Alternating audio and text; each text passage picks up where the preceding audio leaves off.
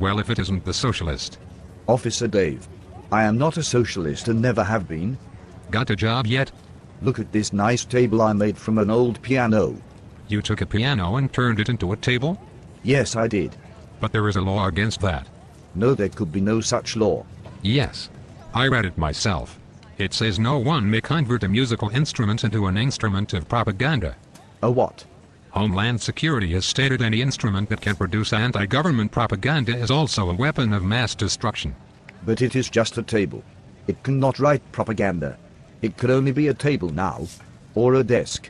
Yes, but writers sit at desks to write their anti-government propaganda. That is why writing instruments are prohibited. But couldn't my table be used to promote the government? What if the writer used it to write good things about the government? That's not allowed. Only the government can do that. Why? Because they have all the tables. Look. The table is just a tool. It can be used for good or evil like any tool. But that doesn't make it anything except what it is. It certainly isn't a weapon of mass destruction. Yes, it is. I read it in the new Homeland Security laws governing piano-to-table conversions. You know what this sounds like? It sounds like that time when all of our guns were confiscated for the same reason. Yes. That's right. They were dangerous weapons. No, they were tools that could protect the rights of the people. That is what the government is for. That is why they need all the guns. But they were just tools. Tools that could be used for either good or evil. I could have used a gun to protect my rights, including my life and my family's and yours too. No, you couldn't. Why not? Because the government has all the guns. If government is protecting my rights, where were they when I got robbed? Where were you? Why is it that the only time I hear from you is when you want to take away my rights? How about protecting my rights for a change? For instance? Okay. Last week you gave me a ticket for not wearing my seat belt. You were endangering the public safety. How? You are a member of the public. You might have an accident and die. So? Then the government would not be able to collect the taxes from you that they need to protect the public safety. I don't seem to be getting anywhere with you. Whatever happened to our God-given rights? You mean government-given, don't you? The Constitution gives us our rights. No, God gave us our rights. Our government is supposed to protect those rights. The Constitution was made to restrict the government, not the people. Haven't you heard that any government that can grant rights can also take them away? So, I guess that is why they took your guns away. And your tables. Dave, you are not listening. Men do not write laws, they discover them. True law already exists. Men recognize reality and act on what is true. The law is natural, immutable and absolute. That is crazy talk. They want you to think that people who convert pianos into tables are crazy, but that is not reality. That is the fiction used to control us. So they make a law to promote the fiction. Every time men make laws contrary to true law, they are writing fairy stories. Administrative fiction. People can believe they have substance, or not believe. In the case of this table being a weapon. Nonsense, I choose not to believe. What does belief have to do with it? That is where free will comes in, Dave. You can believe reality or deny it. It is like believing in God. He has revealed himself, and all of creation speaks to that reality. But men design fictions to deny reality. Do you mean that all the government's laws are contrary to reality? Of course not, but most are. The administrative fiction that took our guns away certainly was. Whose rights have I violated by making this table? Who is the injured party? Let those people come forward and make a complaint against me. The state is the injured party. You violated her laws. The state is a fictional invention, Dave. The state was created by men and can be changed or undone by men. Yet the endless stream of regulations that flow from it are always trying to control and restrict me.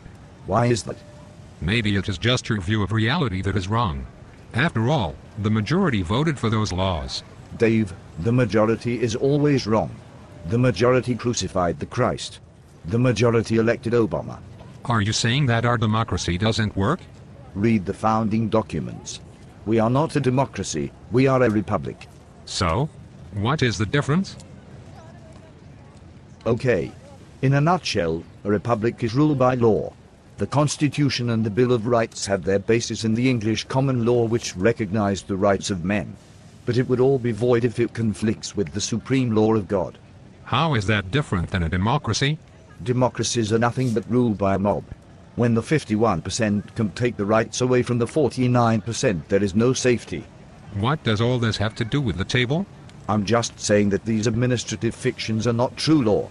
You have the free will to turn your back on them and ignore them. They have no weight, no substance. They serve no purpose to benefit man, only to control him. I'm glad we had this talk. Are you really? Yes. Otherwise I would never have known you were an anti-government anarchist. But Come along quietly. help. What's going on here? Hello, Daniel. I'm just arresting this troublemaker for spreading his crazy anti-government propaganda with this weapon of mass destruction he made. Daniel, tell him it's just a table. Or a desk. Shut up, you. Is that the table in question? I'm afraid so. Our friend has been up to no good. But he was making the table for me. I am the owner. You actually bought it? Yes. I saw it on his website. Piano2Table.com.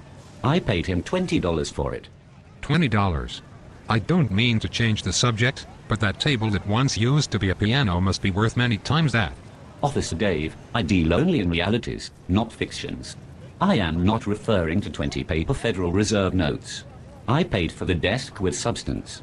I paid for it with a $20 gold piece currently valued at several thousand Federal Reserve notes. But I saw one of those gold pieces and it says $20 on it. How can it be worth more than that? I am afraid you do not know the definition of a dollar. He cannot read. Hey, A dollar is a measure like a quart is to volume, or inches to length. It means a specific measure of gold or silver. Just because the Federal Reserve puts a number on a piece of paper does not mean it is worth more. The paper is exactly the same. Only the ink has changed. Only your perception has changed. The reality is that there is no longer any substance to back up the Federal Reserve notes. They are only a promise to pay. They are a debt instrument. People who deal in them are only moving debt around while your real wealth is being stolen from you by the international banking cartels. Those paper debt instruments are almost worthless. but I can still buy things with them. Faith in the deception. The deception is that the paper is valuable.